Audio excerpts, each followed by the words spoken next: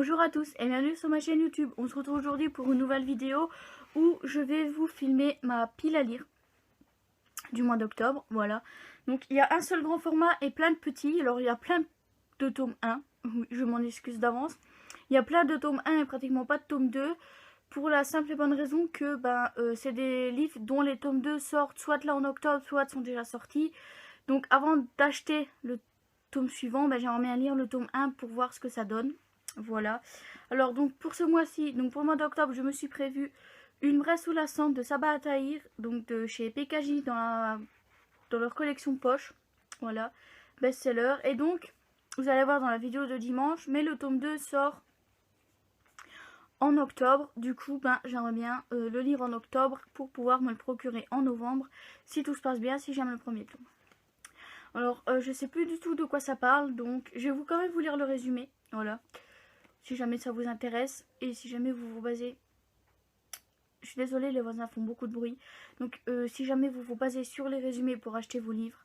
Donc autrefois, je vais y arriver. Autrefois, l'empire était partagé entre les érudits, gardiens du savoir, et les martiaux, armées redoutables dévouées à l'empereur.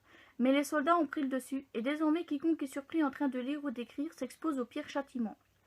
Dans ce monde sans merci, Laïa, une esclave, et Elias, un soldat d'élite, vont tout tenter pour retrouver la liberté et sauver ceux qu'ils aiment.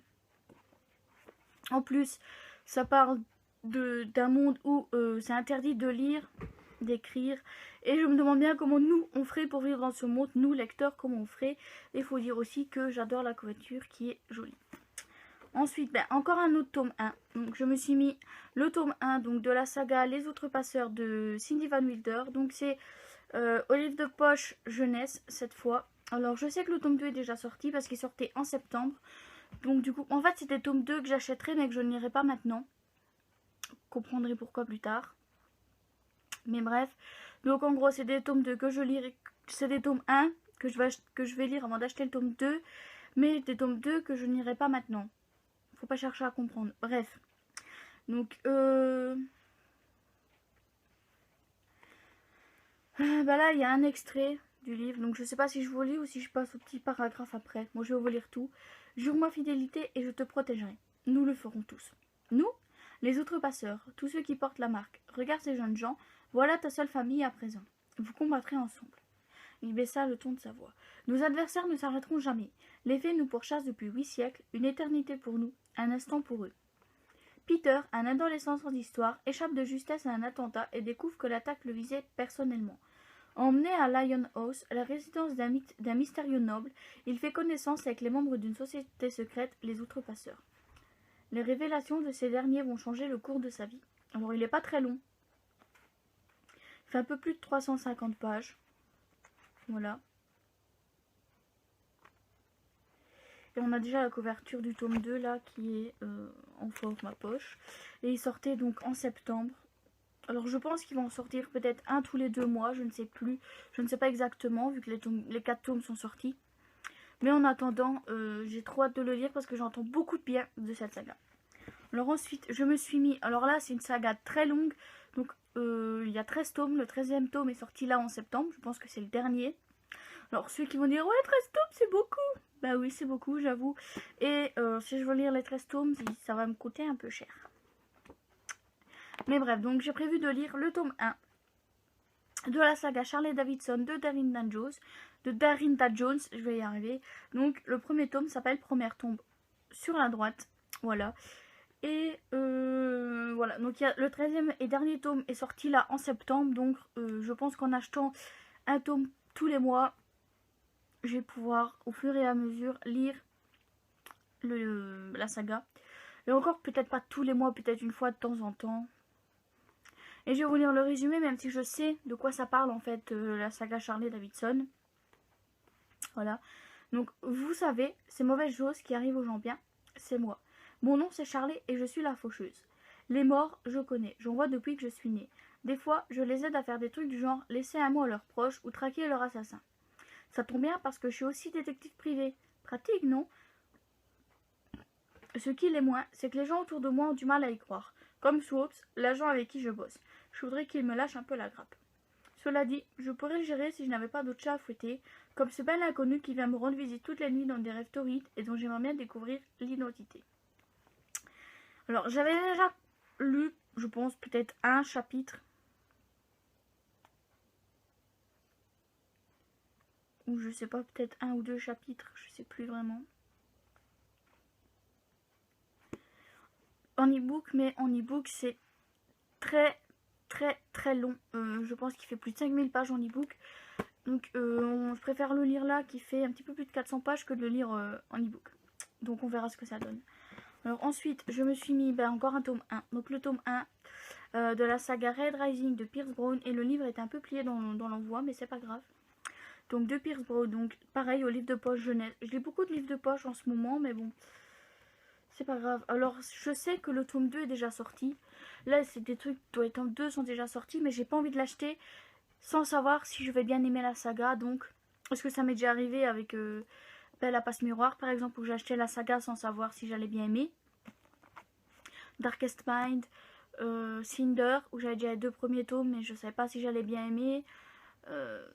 Voilà, il y a plein de livres que j'ai achetés comme ça et que je me suis dit si j'avais pas aimé, j'aurais été bien embêtée parce que j'aurais dû tout revendre les livres entièrement. Mais bon, ça va, j'ai bien aimé. Alors là, on verra. Alors, il est un peu long par contre celui-là. Il fait un petit peu plus, presque 600 pages, je pense. Donc il est un peu long. Mais après, c'est des livres de poche, donc ça devrait aller très vite à lire. Voilà, après il n'y en a que 8 de livres. Alors, j'en ai un qui fait partie de ma pile à lire du mois de septembre, mais que je lirai certainement en octobre. On verra.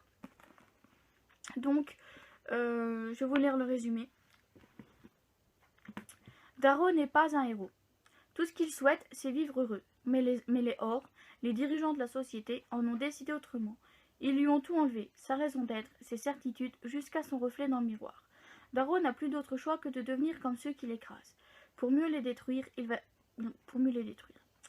être accepté au légendaire institut, pour y être formé avec l'élite des Orr, dans un terrain d'entraînement grandeur nature. Sauf que même ce paradis est un champ de bataille où règne de règles, tuer ou être tué, dominer ou être dominé.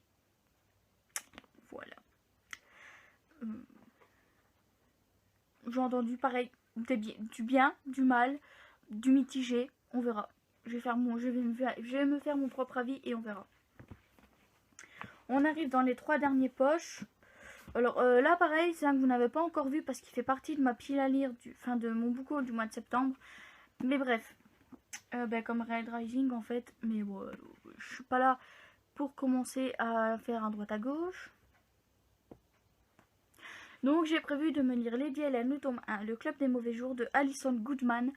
Je sais pas quand est-ce que va sortir le tome 2, mais je me dis qu'au moins, si j'aime pas, je pourrais le revendre et laisser le tome 2 de côté. Alors, donc le tome 1 qui s'appelle Le Club des Mauvais Jours. Donc Londres 1812. Lady Helen Waxhall fait son entrée dans le monde. Elle fait alors la connaissance du sulfureux Lord Carlston. Il est membre du Club des Mauvais Jours, une police secrète chargée de combattre les démons qui ont infiltré la société. Lady Helen acceptera-t-elle de renoncer à ses privilèges et de basculer dans un monde terrifiant? Alors, oui, il y a beaucoup de fans de SFFF ce mois-ci, mais c'est ce qui m'attire en ce moment. Vous allez voir que niveau romance, il y en a que 2. Et je vais vous les présenter là l'une après l'autre. Donc il y a 2 deals. Le tome 1 de la saga Off Campus. Alors là je sais de quoi ça parle parce que je l'ai déjà lu. Je vais juste le relire. Donc c'est une relecture. Donc celui-là n'est pas forcément obligatoire dans le mois d'octobre. Voilà. Et donc dans celui-là en fait on va suivre Anna qui est très brillante dans sa promotion à l'université. Mais elle n'est pas douée en fait pour séduire les mecs. Voilà. Donc elle n'arrive pas à trouver de mecs parce que quand elle est en face d'un mec, elle perd un peu ses moyens, on va dire. Et de l'autre, on va suivre Gareth. Gareth, en fait, qui est la star en fait de l'équipe de hockey de Briar, donc de l'université. Voilà.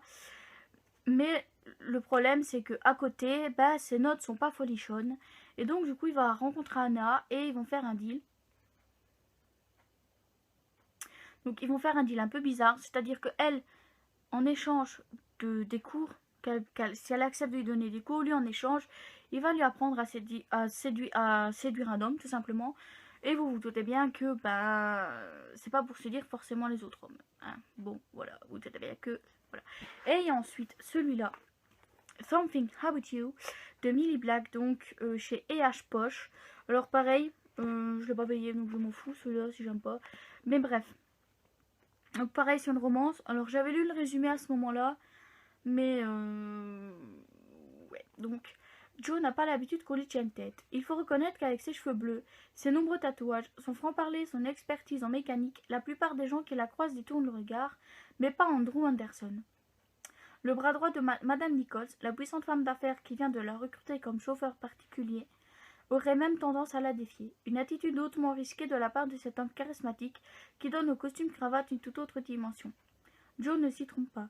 Sous ses dehors polissés, Andrew Anderson dissimule un tempérament de guerrier et elle a bien envie de tester le self-control de son nouveau collègue.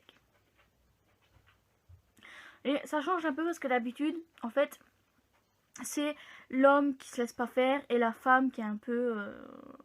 voilà. Et là, c'est la femme, en fait, qui n'a pas l'habitude qu'on lui dise non et qui va rencontrer un homme qui lui dit oui.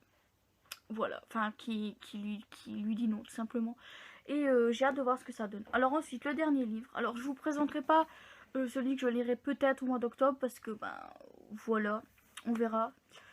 Mais je sais que j'aurai pas le temps de le lire au mois de septembre, mais parce que j'ai pas envie de me lever pour aller le chercher. Donc j'ai prévu de me lire Le goût du danger de Erin Beatty, donc qui est le 3e et dernier tome de la trilogie du parfum à la trahison, c'est ça? Non, La couleur du mensonge, parfum à la trahison, c'est le tome 2. Voilà, alors là je vais pas vous lire le résumé parce que c'est un tome 3. Mais donc dans cette trilogie on a sur Sage qui ben, va devoir aller à un rendez-vous avec une marieuse pour essayer de lui trouver un mari.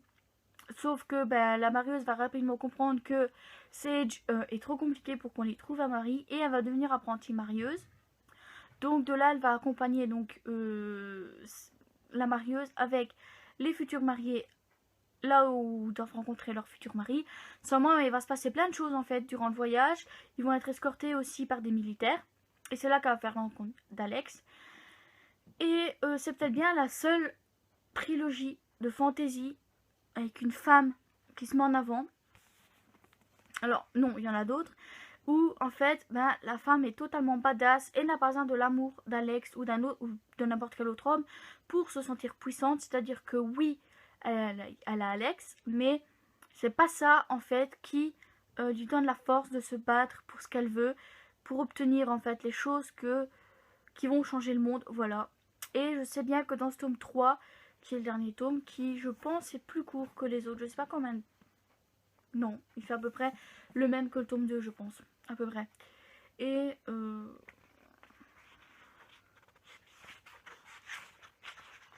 ouais, disons que j'ai hâte de voir ce que ça va donner. Alors je pense que ça sera l'un des premiers livres que je lirai.